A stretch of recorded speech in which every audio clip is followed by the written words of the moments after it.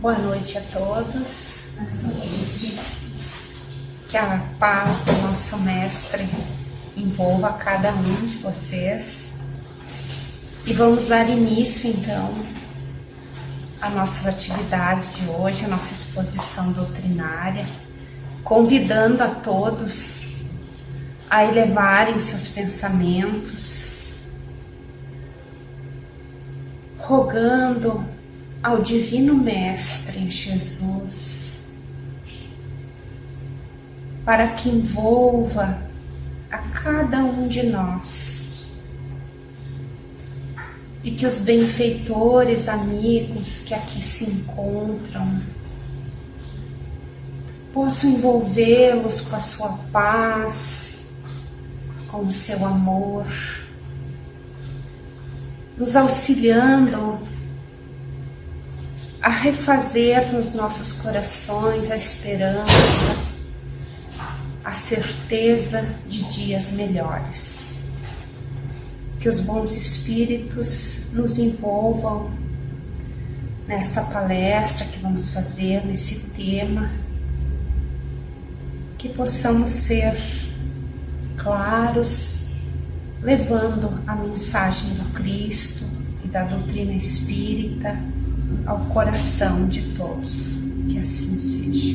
Que assim seja. Que assim seja. Queridos irmãos, então hoje nós vamos tratar de um tema que em parte já é bem conhecido de todos, mas que tem sempre nuances que é importante nós conversarmos, refletirmos. E esse tema é a reencarnação. Então, esse tema está no livro Estude Viva, do Espírito Emmanuel e André Luiz, psicografado pelo Chico Xavier e o Valdo Vieira. Então, nós vamos entender o que é a reencarnação e também poder compreender que coisas que nos acontecem, aflições, tribulações que nos acontecem por meio da reencarnação, são como remédios amargos que nós necessitamos para nossa cura. Aquilo que às vezes a gente vê como algo ruim nas nossas vidas ou na sociedade em si, são na verdade uma bênção, se nós olharmos pela ótica da reencarnação. Na pergunta 166 no Livro dos Espíritos, Kardec perguntou: como pode a alma que não alcançou a perfeição durante a vida corpórea acabar de depurar-se? E os espíritos superiores responderam: sofrendo a prova de uma nova existência. Porque o que é a reencarnação? É o retorno do espírito a um novo corpo para o seu aprendizado, para ele reparar os erros cometidos, para ele se reajustar, se renovar, às vezes resgatar também, e também para o seu progresso, que através das provas nós vamos evoluir, e essas provas se dão na reencarnação. Então nós vamos ver que na questão 132 de O Livro dos Espíritos, em que Kardec também pergunta qual é o objetivo da encarnação, ali ele pergunta. E os espíritos respondem que é para o progresso do espírito, para a evolução nossa, e também para nós participarmos, efetuarmos também o nosso progresso, o nosso conhecimento, a nossa evolução moral, a fim de auxiliar a humanidade a progredir. Então nós temos também a nossa cota de progredir e de auxiliar a humanidade, porque através do meu conhecimento, através do meu trabalho, através também de eu receber um filho, eu conviver com as outras pessoas, eu estarei ali sempre passando algo que eu já sei, que eu já sou, que eu já tenho como qualidades, e também estarei aprendendo e recebendo do outro o seu auxílio. Então a reencarnação, ela é necessária e Deus impôs aos espíritos progredirem através dela. Não existe outra forma. Nós precisamos reencarnar para progredir. Ali também, no livro Instruções Práticas sobre as Manifestações Espíritas, Allan Kardec colocou que a reencarnação pode dar-se imediatamente após a morte ou mais ou menos longo, durante o qual o espírito fica errante. Pode dar-se na Terra ou em outras esferas, mas sempre num corpo humano e jamais no de um animal. Aqui há vários pontos que a gente pode conversar. Então, assim, a reencarnação não tem um tempo certo.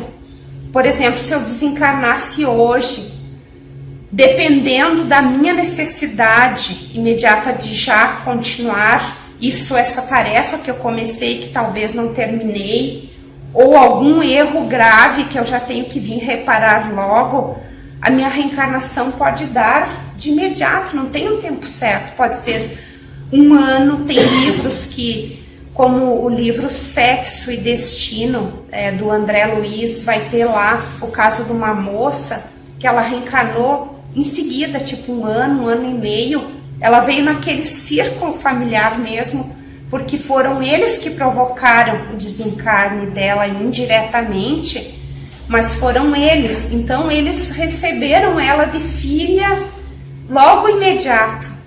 1 ano, 2 anos, eu não lembro bem certo. Então não existe um tempo certo, é de 50 em 50 anos, ou é de 100 em 100 anos, 100 anos eu fico aqui, 100 anos no plano espiritual. Não existe isso. Vai depender da nossa necessidade. Porque lá no plano espiritual nós também progredimos, não é só aqui na Terra. Enquanto nós estamos no plano espiritual, nós podemos estudar, nós podemos trabalhar também, auxiliar os outros irmãos desencarnados que estão em sofrimento. Tem várias condições que nós podemos lá fazer, que é o estado de espírito errante. Então, essa palavra errante, ela é muito peculiar, o significado dela no espiritismo. Não significa que é aquela pessoa que está em erro. Não, é o espírito que está desencarnado, que está no plano espiritual. Então, nós aqui agora estamos encarnados. A partir do momento que nós desencarnarmos, nós seremos espíritos errantes. Estaremos nessa condição. Então, todos os espíritos desencarnados são errantes, com exceção dos espíritos puros, que os espíritos puros não vão necessitar mais da reencarnação, porque já evoluíram. E nós vamos ver a seguir também a escala espírita, para a gente conseguir entender melhor. E outro ponto é que o espírito não regride na sua reencarnação. Então, por exemplo, eu reencarnei como ser humano, eu não vou poder reencarnar como um animal na próxima encarnação. Porque aí o espiritismo então nos explica que há todo um progresso do princípio inteligente. Então no universo, né, existe Deus criou a matéria e o princípio inteligente. Esse princípio inteligente, ele vai passar por várias fases de milhões e milhões de anos até ele chegar como ser humano. Então ele vai passar pelo mineral, onde ali esse princípio inteligente vai adquirir o magnetismo. Ele vai passar pelo reino vegetal, onde ali ele vai adquirir a sensibilidade, no reino animal, onde ele vai adquirir o instinto e uma certa inteligência já rudimentar. Não é um pensamento contínuo, mas o nosso gatinho, o nosso cachorrinho já demonstra sentimentos, né? Já sabe quando a gente chega, tem também as suas manias, que às vezes a gente tem que corrigir no bichinho. E dentro dessa escala dos animais, o princípio inteligente vai também passar por várias espécies. Não tem como, por exemplo, o princípio inteligente tá numa cobra, por exemplo, e daí na próxima, quando essa cobra morrer, a próxima evolução dele já vai ser como ser humano. Não tem como ser assim. Ele vai passando por várias espécies. E a espécie mais próxima nossa são os macacos. Então o Darwin não estava errado quando ele diz que a evolução vem, né, dos animais, vem do macaco. E daí do macaco tem os humanoides, o homem de Neandertal, aqueles bem primitivos, para depois então chegar no ser humano, no homem sapiens, que somos nós hoje. Só para a gente entender que às vezes tem algumas culturas, como às vezes na Índia, que eles acreditam que a pessoa possa retornar o espírito no corpo de um animal, que se chama metempsicose, mas isso no espiritismo a gente estuda, os espíritos explicam que não tem lógica isso, né? Nós vamos ali então estudar a escala espírita, só para a gente entender como é que se dá o progresso espiritual nosso, a nossa evolução. Então existem 3 ordens, e nessas ordens tem várias classes. Então a 3ª ordem é a dos espíritos imperfeitos, que por acaso somos nós que estamos nessa classe ainda, né? Então, é o predomínio da matéria sobre o espírito. Nós ainda temos muito da matéria, né, nos dominando. Propensão ao mal, ignorância, orgulho, egoísmo e todas as paixões que lhes são consequentes. Mas nós já temos a intuição de Deus, mas não o compreendemos e apresentamos ideias pouco elevadas. Daí vai ter várias classes, os espíritos impuros, levianos, pseudo-sábios, neutros, batedores e perturbadores. A 2ª ordem, então, predomina do espírito sobre a matéria e desejo de fazer o bem. São os espíritos bons que estão nessa classe aí. Então ele vai dominar a matéria. E tem o desejo de fazer o bem, mas não que não exista o mal, ainda que esse espírito ainda não tenha coisas para se melhorar, imperfeições.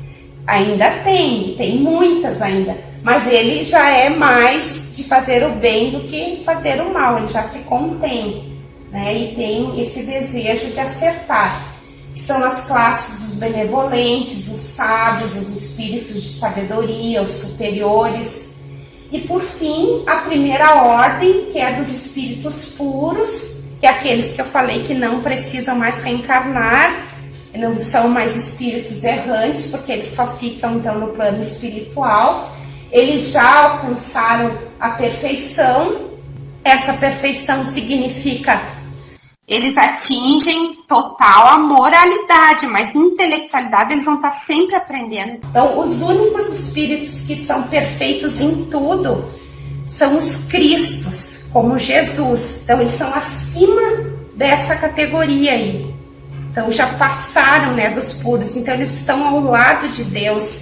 São espíritos que são responsáveis por planetas, como Jesus, nosso governador espiritual. Então, eles não erram mais de forma nenhuma. E os puros não é que eles vão errar, mas às vezes, se um espírito puro reencarna aqui, ele ainda pode se sentir receoso, ele pode fraquejar em alguma coisa. Tem um livro, no livro Renúncia, que esse espírito já estava nessa classe dos espíritos puros. Ela quis reencarnar aqui para auxiliar os familiares, e o mentor dela disse que tinha receava que ela pudesse fraquejar. Então, ela já tem toda a elevação, mas ela poderia fraquejar ainda.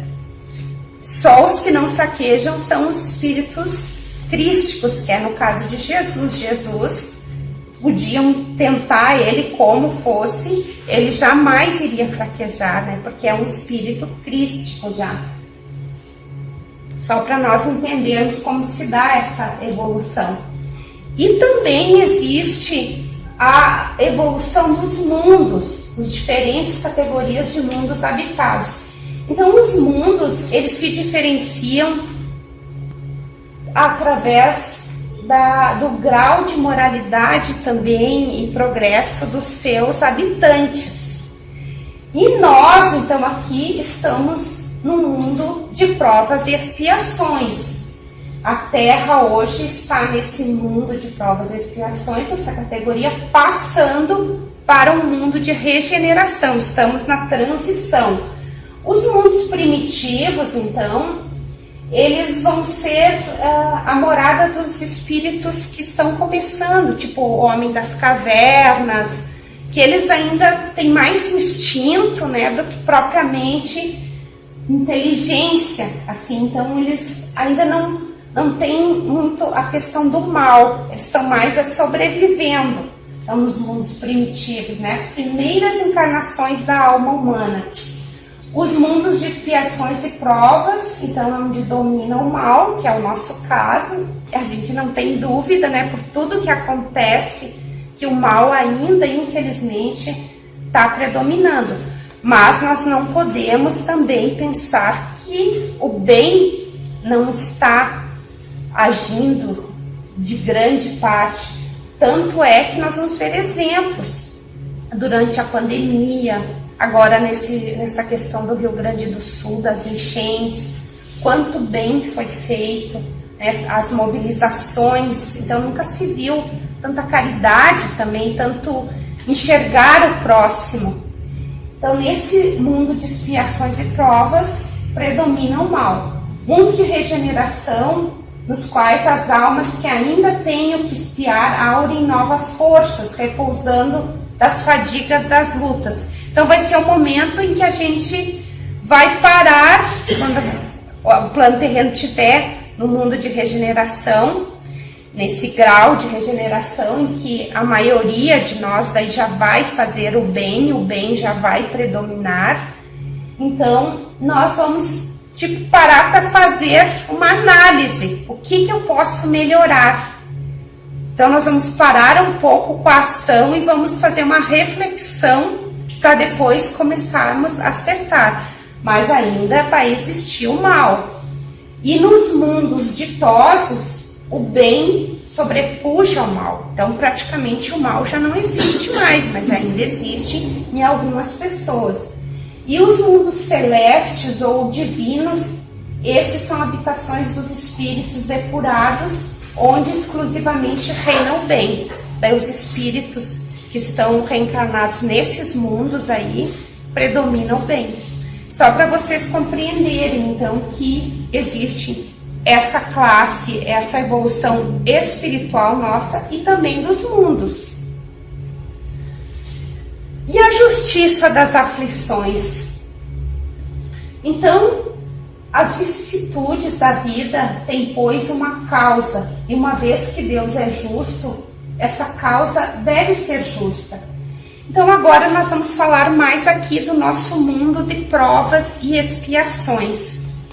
Então nós vamos ver muitas injustiças, às vezes pessoas desonestas, pessoas perversas se dando muito bem, outras pessoas que já reencarnam com problemas físicos, com deficiências, com várias dificuldades, alguns têm pouco tempo de vida, outros são assassinados, muitas perversidades ainda nós vimos no nosso mundo.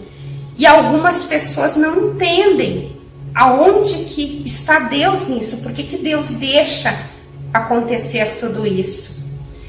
Então, se Deus é bom, se Deus é justo, se Deus é amor, caridade, justiça, se essas situações diversas acontecem conosco, é porque há uma razão de ser e tem uma explicação. E essa explicação quem nos traz é a reencarnação.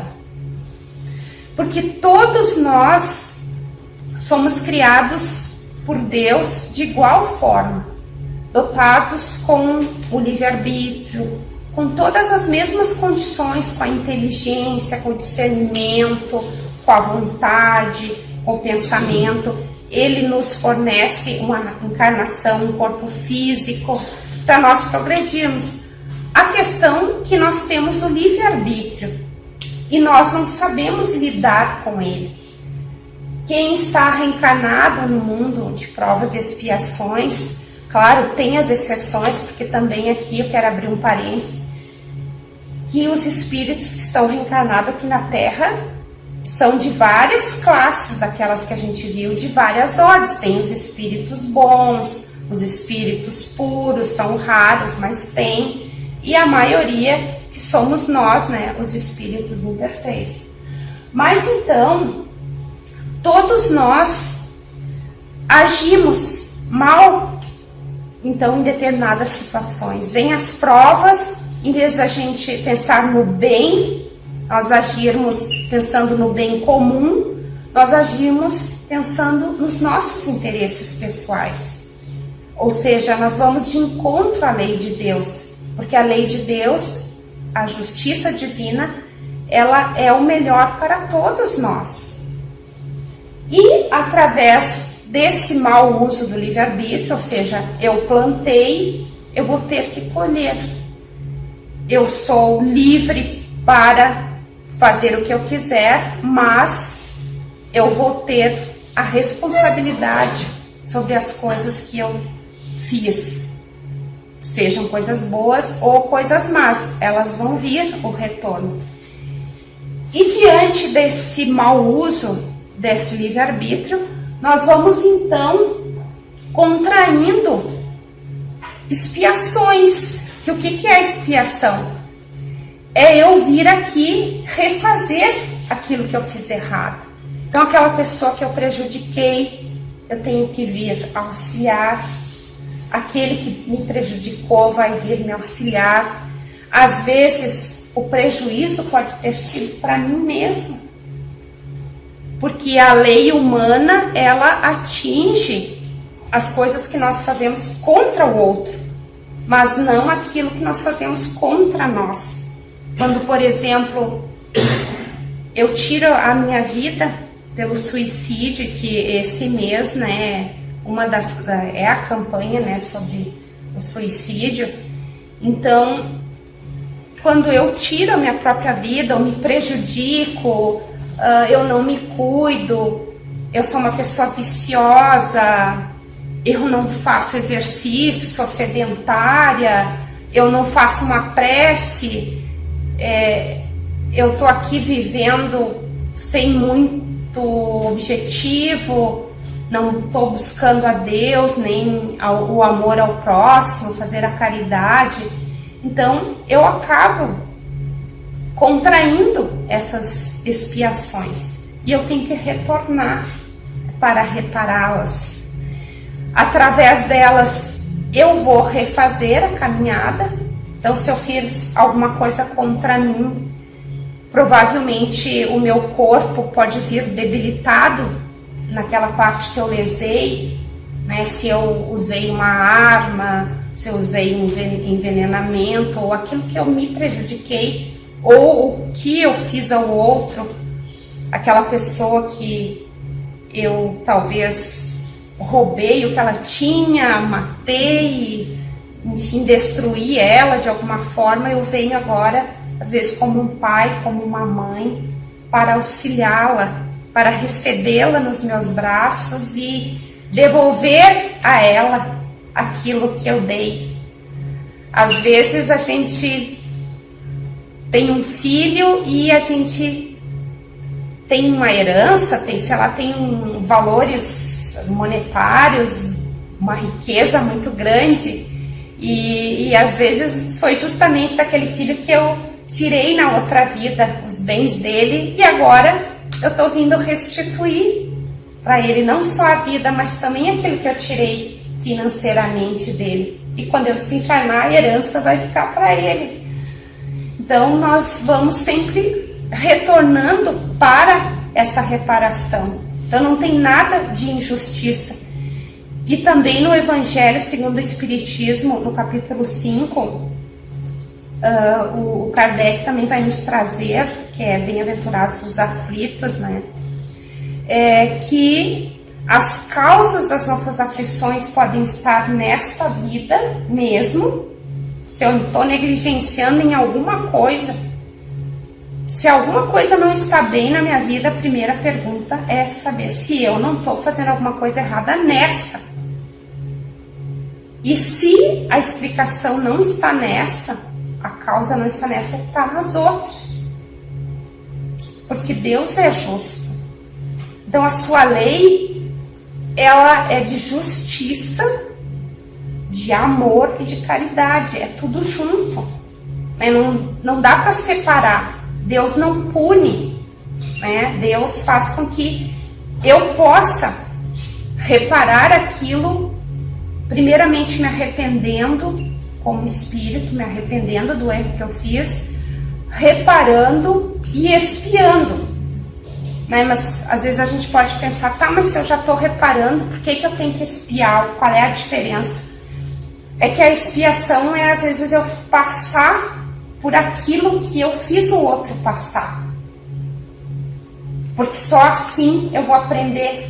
Porque, por exemplo, se eu tenho uma arma apontada para alguém, né, e tirei a vida dessa pessoa ou de várias pessoas, talvez, se eu também não saber o que é estar na mira de alguém querendo tirar minha vida, eu não entenda, não compreenda, mesmo eu tendo me arrependido, mas eu não tenho o entendimento se eu não passar por aquilo. Isso é um exemplo extremo, né? Mas em várias situações. Então, às vezes, eu fui rica e esbanjei. Então, eu fui pródiga. Agora eu venho com necessidades. Né? Eu venho, às vezes, na pobreza. Porque é o único fato de eu valorizar o que eu tenho. Né? Eu me preocupar com isso. E no livro Estude Viva, então, o Espírito Emmanuel coloca: fora melhor que não existissem na terra pedintes e mendigos na expectativa do agasalho e do pão. Então, isso é um fato que a gente vê no dia a dia, na nossa sociedade, né? No mundo terreno. Mas por que existe o mendigo, o pedinte? Por isso que nós antes falamos sobre os mundos, os diversos mundos, categorias, a evolução dos espíritos, a escala espírita, para que a gente pudesse entender isso aqui. Porque justamente esses espíritos estão passando por isso, porque eles talvez foram esses pródigos na vida passada, nas vidas passadas. Então é para conter os excessos, né? De outra forma, se esse espírito viesse sempre na bonança, ele talvez nunca ia aprender a valorizar também as coisas que ele tem, que são emprestadas por Deus. Mas isso, meus irmãos, não justifica que nós sejamos insensíveis. Isso não quer dizer que agora eu vou ver um mendigo ali na sinaleira pedindo e eu vou dizer, tá pedindo, porque na outra vida ele esbanjou, bom, problema dele, agora não. Porque nós estamos aqui para fazer a caridade. Quem cabe essa justiça divina é a Deus, né? É Deus com ele. Nós estamos ali para estender a mão. Porque pode ser que justamente Deus me intuiu que eu passasse ali por aquela sinaleira, porque essa pessoa estava talvez numa penúria muito grande, e que eu fosse estender a mão. Porque quando a gente pensa em termos de caridade, a gente sempre pensa a gente doando, estendendo a mão. Mas a gente nunca pensa que às vezes eu vou precisar da mão estendida de alguém. E eu não falo só do alimento, mas de qualquer situação. Então pode ser que num momento eu vá necessitar também. Quem garante que eu não vou perder o emprego, que eu não vou ter um problema sério, que eu não vou poder trabalhar e eu vou precisar da caridade do outro?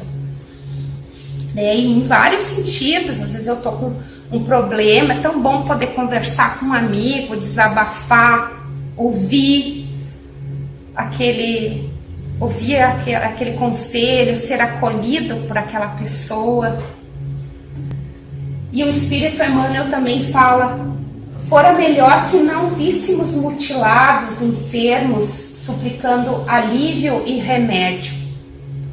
Então, claro que a gente não gostaria de ver, né, essas pessoas, a gente gostaria de ver todos bem, todos com saúde, todos empregados, todos em paz, todos felizes. Mas por que a gente ainda vê essa situação no mundo de expiação e provas? Porque também é a mesma situação, são espíritos que não valorizaram a própria vida nas outras encarnações, né? Não valorizaram o seu corpo. E é um exemplo, tudo isso é um exemplo para nós hoje, nós valorizarmos a vida que nós temos.